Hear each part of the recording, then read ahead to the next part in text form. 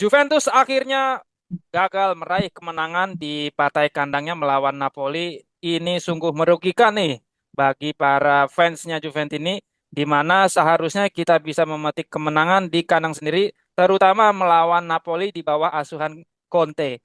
Nah, itu adalah materi yang nanti kita akan bahas pada Suara Juventini kali ini.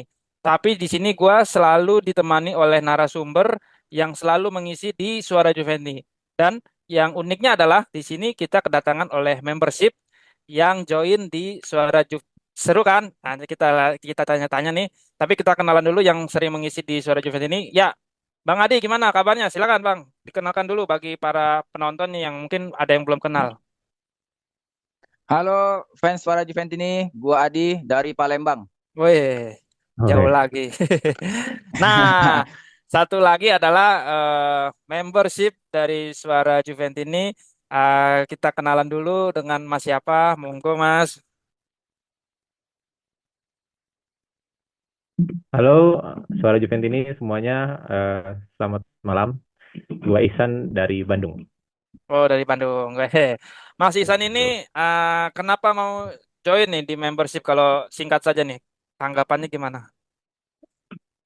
Ya karena suara Juventini ini jadi teman nyetir ya ke Teman nyetir. kantor gitu. Oh, siap. Sering dengerin Bang Rocky, Bang Adi, Bang Jeki semuanya lah ya. Nah, Oke, ternyata ada baik. membership Nah, tertarik gitu. bagi Ternyata seru ya. kawan-kawan yang ingin seperti Bang Ihsan, nah monggo silakan join ada di deskripsi channel kami. Kalian bisa berkesempatan nih, kayak Bang Ihsan bisa komen-komen atau ngobrol-ngobrol di channel kami.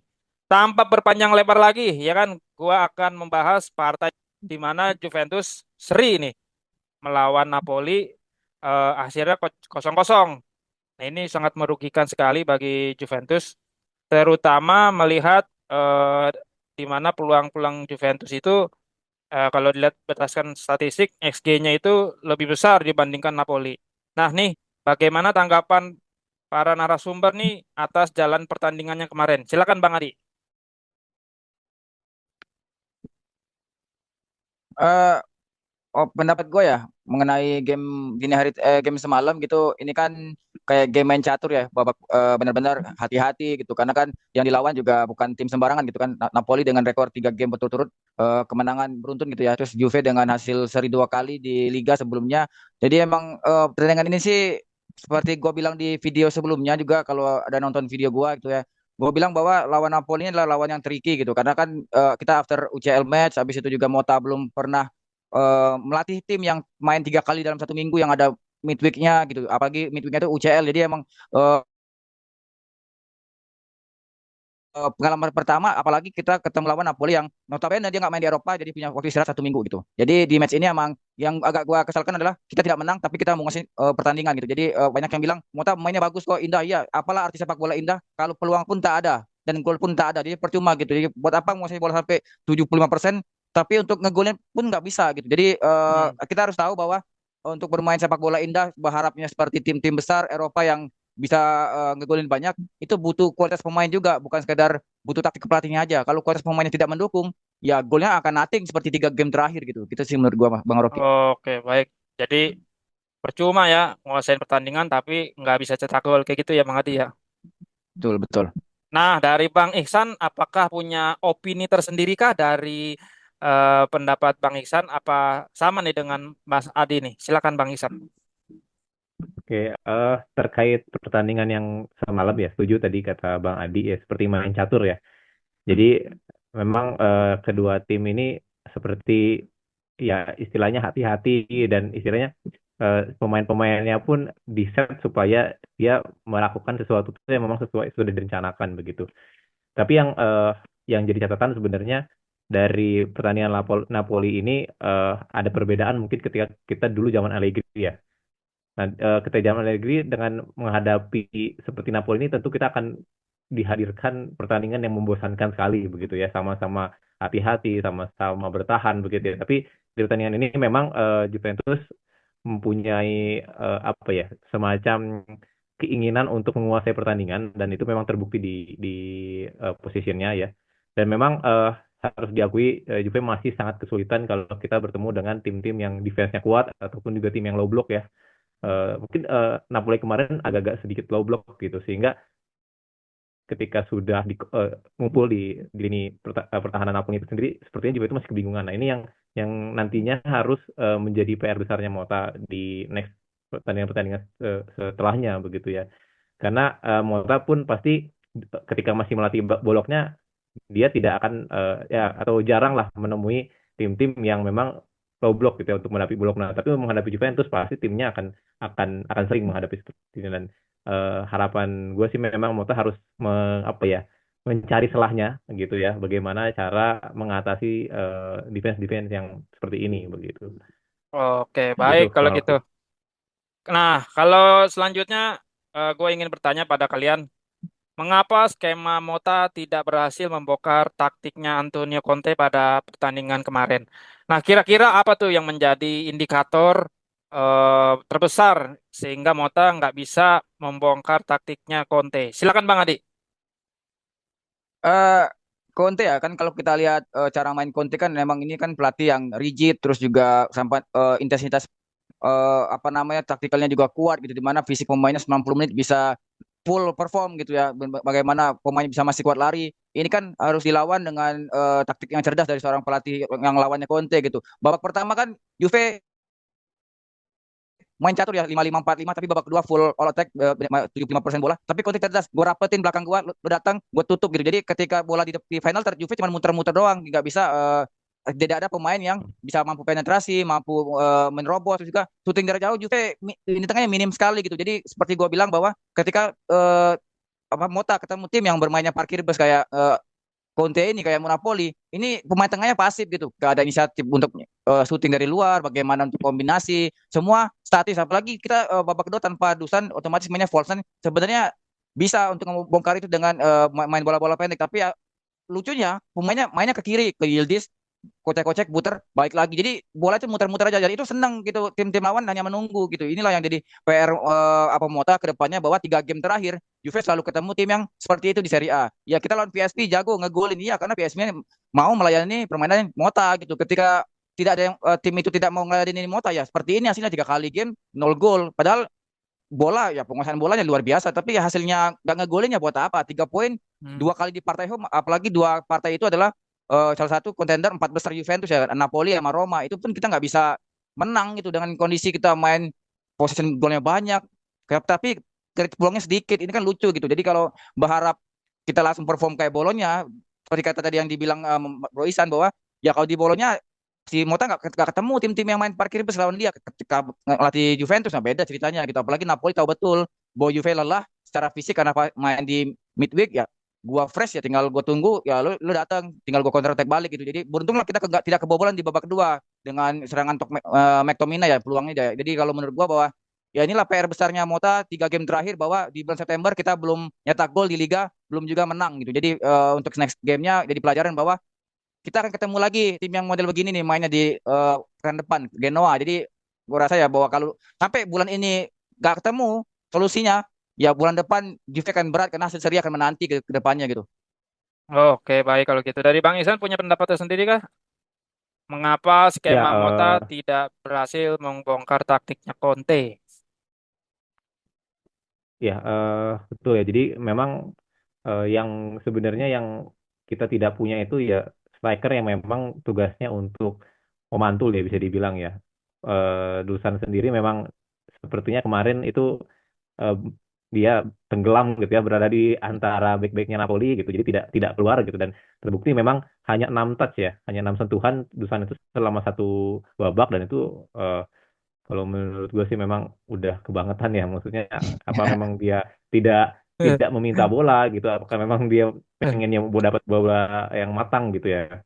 Tapi gue rasa memang di sinilah yang apa kekurangannya begitu ya. Jadi tadi sudah dibilangin Yildiz seperti bekerja sendiri begitu ya. Yildiz, Koopmeiners dan lain-lain. Sedangkan strikernya ini ya dia tidak bisa apa ya menjadi alternatif lah begitu. Tapi sebenarnya kemarin sempat ada skema-skema 1-2 ya yang dilancarkan ya di sebelah kanan itu sepertinya itu bisa digunakan untuk istilahnya membongkar yang low block seperti itu. Jadi 1-2 cepat begitu ya, kemudian shoot dari luar kotak penalti dan itu mungkin bisa dilatih oleh Mota ya karena kita juga punya materi seperti Miners begitu ya, dan juga Douglas Luiz mungkin nanti harapannya sudah lebih apa tune in lagi begitu ya, sehingga masalah-masalah low block ini bisa diselesaikan dengan shoot-shoot dari ini ya, dari luar kotak penalti atau dari sisi-sisi gelandang Juventus gitu. Oke, baik kalau gitu. Nah, untuk selanjutnya, gue ingin bertanya nih. Udah 3 kali seri, ya kan, nggak pernah cetak gol. Nah, kira-kira perlu rombak komposisi starting lineup nggak? Kalau dari Bro Iksan, gimana? Kalau rombak mungkin satu ya, eh Conceição mungkin. Oh, Karena Conceição. eh, Nico Nico ini sebenarnya dia cukup bagus ya ketika melawan PSV, tapi kemarin itu ketika low block dia tidak punya kreativitas yang istilahnya yang kita butuhkan untuk 1 lawan 1 begitu ya. Nah, dengan adanya Conceição waktu lawan Roma kalau nggak salah ya, itu kan cukup merepotkan begitu. Dan ini harapannya ketika Chico sudah fit gitu, itu bisa menjadi alternatif gitu ya. Dan sebenarnya besar harapannya Douglas Luiz ini menggantikan McKennie gitu ya. Dan mungkin itulah yang apa yang masih mungkin bisa menjadi PR Motasi seperti itu. Oke, baik. Kali Bang nggak pernah menang. Kira-kira eh, Juventus perlu ganti komposisi starting lineup nggak? Apakah udah pakemnya seperti ini? Apakah punya alternatif lain? Gua gua kalau untuk rombak sih cuman ganti dua pemain aja ya. Harapan gua Dusan diganti Conceição, terus Nico Gonzaleznya jadi false nine. Tadi Bro Isan bilang McKennie ditarik, tapi gua nggak mainin Douglas Luiz, gua lebih milih mainin Fagioli gitu. Jadi kita punya double pivot Italiano, tapi depannya Koop Miners. Jadi kita main 4-2-4, tapi dalam skema menyerangnya itu jadi 4-6-0. Jadi benar-benar tim yang kuat di tengah tapi pemainnya depannya fluid gitu, jadi kayak Barcelona era 2012 ya yang punya Messi di tengah. Jadi emang kita Hmm. bisa main kayak gitu sehingga bisa menarik back lawan tuh ketarik gitu ngikutin strikernya, bukan cuman depannya cuma nunggu doang tapi nggak bisa ngapa-ngapain. Jadi kita yang kita butuhin itu adalah striker yang mau turun, tapi turun bukan jemput bola tapi narik lawan gitu. Kalau kita nonton Hmm. Erling Haaland, kenapa City bisa gacor, karena ketika Haaland turun itu backnya ngikutin Haaland gitu, sehingga ada space kosong yang bisa dimanfaatin sama pemain tengahnya. Vlahovic itu nggak bisa, dia turun ya back lawannya nggak ngikut dia, jadi cuma diem aja sama aja. Jadi kita ngilangin slot di depan tapi back lawannya tetap dengan posisinya, ini yang harus diperhatiin gitu. Jadi hal-hal kecil kayak gitu kan melihat kelihatan itu bahwa ketika seorang striker yang mau turun mau jemput bola tapi dia harus sekaligus narik lawan sehingga lawannya tertarik, bisa buat tektokan sama pemain lain. Ini yang kurang dari Dusan ya kalau selama gue nonton dia di Juventus, apalagi yang dengan taktik Mota ini. Jadi emang kelihatan banget kalau dia cuma biasa pocer di depan terus tiba-tiba dia harus jadi pemantul, jadinya bola tuh lepas terus gitu. Ini kan lucu ya, kalau emang lo mau tektokan tapi lepas terus tuh gimana gitu. Jadi ya kalau gue yang harus dikorbanin Dusan cadangan terus sama McKennie sih, gitu aja. Gitu. Kalau gua nambahin sedikit, kalau Arik Milik gimana? Kalau misalkan dia sudah sembuh, gimana di? Apakah dia sama aja karakternya dengan Dusan? Apa dia punya beda sendiri nih? Mungkin kalau Arek Milik untuk main yang turun apa turun jemput bola gitu ya bisa, cuman apakah pemain lawan itu trust bahwa dia akan jadi predator utama Hmm. atau finisher gitu ya, apakah dia kayak ketika Lewi turun ke bawah jemput bola dibayar gitu kan, tapi apakah backnya ngikutin dia atau enggak itu juga tergantung. Kalau backnya nggak ngikutin sama aja, sama kayak Hoylund di MU, dia turun back lawannya stay di belakang ya sama aja. Jadi emang lu ngapain Hmm. turun kalau backnya nggak, kalau tarik gitu. Jadi bagaimana caranya tuh kayak Osimhen waktu narik Bremer lah, waktu yang kita dibantai 5-1 Iya. di Naples itu, bagaimana si Bremer tuh ditarik keluar sama Osimhen sehingga ada space kosong di mana bisa dimanfaatin sama Kvarat. Itu yang salah satu trik striker lah. Kalau emang striker top itu dia tahu harus ngapain ketika dia mundur, dia jemput bola apa yang dia harus lakuin, bukan sekedar jemput bola terus nggak ngapa-ngapain, cuma passing-passing doang mah. Gak usah jadi striker, jadi back aja.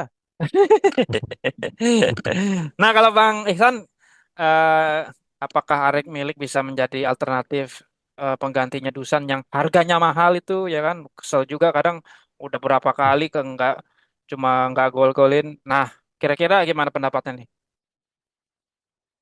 Iya, sebenarnya kalau Arek Milik ini kalau bisa dibilang mungkin bolanya lebih lengket kali ya di kakinya ya. Ya. Jadi Oh, harapannya sebenarnya pertandingan lebih ngalir aja begitu. Walaupun mungkin tadi mungkin kalaupun tidak dikejar sama backnya, dari kata Bang Adi mungkin ya lebih lebih ngalir lah. hmm. Jadi dari Yildiz bisa tektokan dengan Milik gitu yang nantinya harapannya sebenarnya gol-golnya mungkin dari luar itu persentasenya lebih besar begitu ya. Dibanding kalau kita lihat Dusan yang minta aja enggak gitu ya, berharap di oper Dikasih terus itu. cantik gitu, itu pun jarang gol. Nah, itu sih sebenarnya. Lebih ke pertandingannya lebih mengalir aja ya. Oke. Perlu pergantian pemain nggak sih di winter nanti nih, Bang Adi? Si Vlahovic nih. Wah, jelas out. Jelas out. Gak- Oke. Gua out karena baru 3 game aja udah berasa kita nggak punya striker. Terus apalagi liga masih panjang. Januari juga UCL match day ke-7 sama 8 tuh di akhir Mercato ya. Mercato Januari. Itu pun kalau Juve nggak 8 besar. Februari main playoff. Artinya setiap pekan, setiap bulan itu ada Liga Championnya. Kita nggak mungkin cuman gacornya UCL doang karena lawannya main terbuka. Pas main di Liga seri terus itu. Kita nggak bisa kayak gitu. Even jadi lawan PSV pun Dusan cuma assist doang. Ngegolin pun waduh. Ditunggu golnya nggak ngegolin kan itu kan harapan banget dia motivasi ternyata nggak ngegolin juga gitu. Kalau Bang Ihsan perlu ganti striker kah? Apa katanya kan pemain dari Kanada itu ya Davis itu ya. Ya, Jonathan Ya, David. Iya. ya, ya tentu butuh ya, karena mungkin juga Dusan merasa nggak ada saingan ya, dia nggak perlu Hmm, meningkatkan apapun mungkin ya, sehingga istilahnya zona secara nyaman mental kali ya ya. jelek jelek pun dia masih dimainin gitu ya. Zona nyaman. Nah, itu juga bisa jadi seperti itu karena dia juga masih muda ya, dia egonya masih tinggi dan merasa ya udahlah, yang penting pasti main lah gitu. Oke, baik kalau gitu. Baik, kita lanjut aja ke materi selanjutnya. Rating antara Dusan dan Nico Gonzalez disorot pada laga eh, yang berujung akhirnya 0-0. Nah, kira-kira nih, siapa man of the match maupun the worst of the match versi masing-masing para narasumber nih. Silakan. Ya, gue tahu sih jawabannya ya kan. Tapi kalau eh, lo sebutin kira-kira siapa kayak gitu. Bang Adi silakan. Siapa? Eh, jelas kalau pemain terburuk nomor 9 udah gak bisa di apa pungkiri lagi mungkin banyak Juventusnya setuju karena lu cuma main 45 menit babak kedua terus lu nggak main lagi itu benar-benar udah mungkin mau mikir wah itu gue punya striker cuma gedebong pisang doang di depan gitu jadi gue butuh pemain baru lah ya udah akhirnya ya seperti kita tahu ratingnya juga kecil dan Nico gue agak speechless karena ratingnya juga kecil ya di match ini mungkin karena dia terisolasi karena dia harus menjaga Miguel Oliveira yang sebelah kiri ya kalau nggak salah wing back Hmm. kirinya Napoli itu mungkin dia terisolasi juga karena kita banyak main di kiri main di Yildiz mungkin ya faktor itu jadi penentu bahwa Nico tidak dapat spotlight atau underperform lah di match ini gitu. Tapi kalau untuk ya pemain terbaik tak lain tak bukan kapten ya itu kokep kita Bremer itu top banget di match ini gitu bagaimana ngantongin Lukaku ya Lukaku ketemu Juve dikantongin mulu kita mau main di Inter ya, mau main di mana dia Iya. mau main di Roma kena kantongin mulu lah pokoknya kantong Bremer penuh lah sama foto-fotonya Lukaku lah itu rame rame itu foto-foto Lukaku fotonya Bremer gitu kan ya kita tanpa Gatti juga lini belakang juga masih bisa perform karena kalau lu yang tiba-tiba wah ini pemain pungutan kalau gua bilang karena di Milan pun nggak kepake ada Hmm. wacana bakal dipermanenin wah ini kalau dipermanenin gua harus lihat dulu apakah kayak Rabiot ketika extend kontrak drop lagi atau gimana nanti ataukah dia cuma satu musim pengen nunjukin bahwa gua bisa di Juventus main di tim kayak Juventus tiba-tiba nanti permanen flop lagi kita harus hati-hatilah kalau dengan pemain-pemain satu salon obligation to buy ya kalau Oh Savona gitu. juga gua lihat bagus sih tapi yang tetap pasti Bremer sebagai pemain terbaik, pemain terburuk dan terparah ya di match ini ya nomor 9 itu. Gak ada lagi tak bukan. Nah, dari Bang Iksan punya pilihan tersendiri kah? Man of the match dan worst of the match. Oke, untuk worst of the match sudah sangat jelas ya, itu sudah tidak perlu diperdebatkan begitu ya. Cuman untuk man of the match mungkin agak sedikit beda dengan ya, Bremer emang luar biasa kemarin mainnya. Tapi gue mau kasih spotlight ke Locatelli ya. Jadi Hmm. kemarin itu Locatelli benar-benar sangat-sangat dinamis dan dia memang apa namanya menjaga juga pertahanan. Kemarin juga kita dapat satu blok ya Locatelli, yang istilahnya nantinya itu bisa jadi mungkin gol di situ, tapi di blok.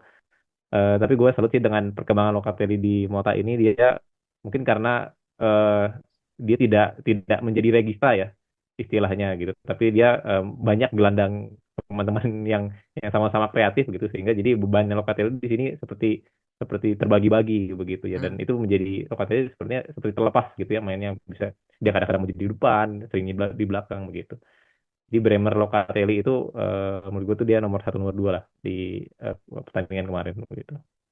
Oke, kalau gue sih ya emang Locatelli ya. Locatelli ini auranya muncul setelah Allegri nggak ada ya kan. Kayaknya Kodamnya dulu Singabi squad soalnya.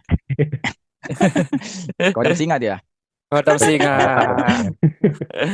Nah, Iya. untuk pertanyaan selanjutnya adalah apa yang bisa diperbuat Thiago Motta dan anak asuhnya untuk keluar nih dari paceklik gol di Serie A nih. Kira-kira Bang Iksan dulu nih. Kira-kira siasatnya apa nih? Kira-kira.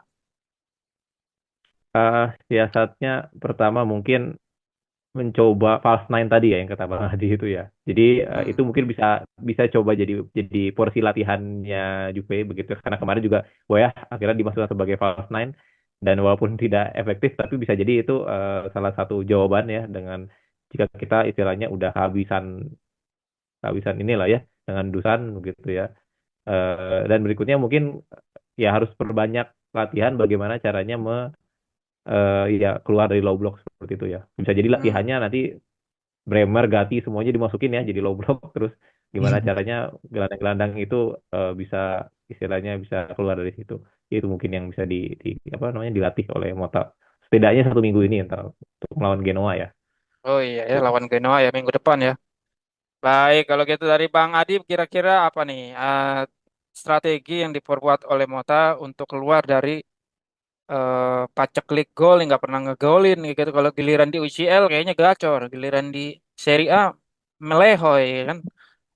Hmm. Kira-kira apa? Eh, gua akan ngasih dua opsi gitu ya. Kalau dengan Dusan atau dengan Polsten seperti yang gue bilang. Kalau kalau dengan Dusan, biarin dia di depan. Jadi dia sebagai decoy ya. Jadi sebagai pemain yang akan di marking lawan. Cuman di sinilah kuncinya adalah second line-nya harus lebih aktif gitu. Jadi bagaimana seorang Kopp Miners, Locatelli, terus juga Fagioli, Douglas Luiz atau Kevin Turam, bahkan Bremer, Gatti sekalipun itu bagaimana latihan syuting dari luar kotak penalti. Ini yang gue lihat Juve gak kurang di posisi main kayak gitu. Dia tiba-tiba bola habis di back pass ke tengah bingung mau ngapain passing lagi jadi ketika ada momen untuk syuting kita nggak punya pemainnya kita nggak ada pemain yang mau inisiatif buat melakukan hal itu memecahkan itu apalagi apa di kondisi block block ini semua tim kan mainnya rapat ya 4-4-2 tapi bisa 5-5-0 jadi benar-benar full di belakangnya kita butuh pemain yang Hmm. bisa syuting itu nah itu salah satu porsi latihan yang harus dipakai sama Mota untuk pemain-pemainnya jika masih mau dengan Dusan di depan atau dengan false nine. Nah, kalau untuk main dengan false nine kita harus butuh kohesivitas 6 pemain di depan. Jadi 3 pemain tengah sama 3 pemain depan, di mana